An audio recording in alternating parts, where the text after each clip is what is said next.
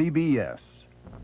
And coming up next on Newscenter 8, on a day the commissioner of baseball warned Cleveland could lose the Indians if Issue 2 loses at the poll, a group opposed to Gateway unveiled an alternative plan tonight. We'll see why that new Ohio law denying driver's licenses to high school dropouts may already face legal challenges. And an Alabama law is putting an X-rated satellite system out of business all over America. In sports, Bud Black blanked the Blue Jays.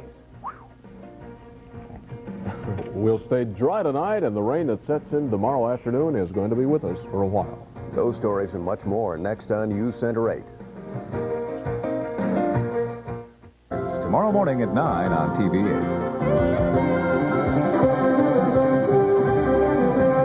8. Now, Tim Taylor, Robin Swoboda, Casey Coleman on sports, and Dick Goddard with weather.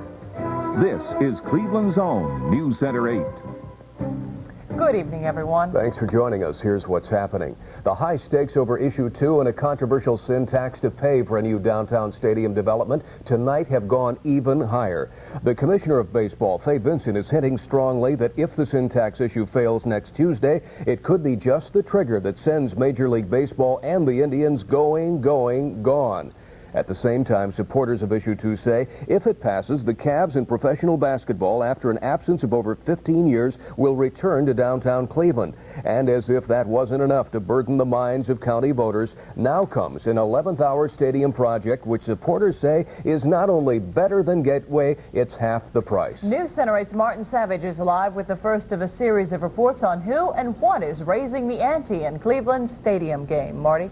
There is no question that the pressure has been and is continuing to mount on voters to decide either for or against Issue 2. Their decision could make all the difference as to whether there will or will not be a new stadium located on the site where we're standing right now. And as if that deciding wasn't tough enough for Cuyahoga County voters, today the whole issue got sinfully worse. The afternoon announcement that the Cavs were returning to the city for which they're named was made on the very site of the proposed Gateway project. But like the stadium development itself, the Cavs' return is tied to the passage of Issue 2 on Tuesday. If it does pass, the Cavs' owners, the Gunn brothers, in a letter of intent have pledged more than $43 million to the project's close to $350 million price tag. We are excited about the prospect of contributing to ongoing development in downtown Cleveland.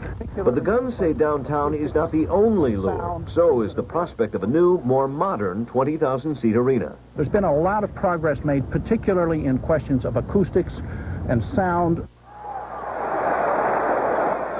The Cavs' letter, though not binding, could be just the sort of carrot that draws voters in favor of the sin tax, whose outcome right now seems almost too close to call.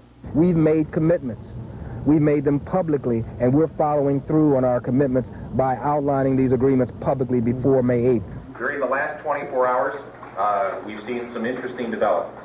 Only hours later, the United Auto Workers, who locally have voiced loud opposition to Issue 2, offered a counter to the Cavs' announcement, an alternative stadium, costing $180 million, consisting of a renovation of the lakefront site, an attached hotel and office building, plus a 25,000-seat arena. The proposal, though not the UAW's, but that of a man called John Thomas, has been 3 years in the making. We think the people should turn down Issue 2, start the discussion with John Thomas's plan, redevelop the lakefront, and get on with business and develop something that we can afford as a community. Of course, the real question about the UAW proposal at this time is not so much how good it is, but how seriously it can be taken with just 5 days before voters must make up their mind on Issue 2. Now, tomorrow, the UAW plans to hold another news conference, at which time they will unveil a model of their stadium proposal, trying to make the most of it before they and voters run out of time.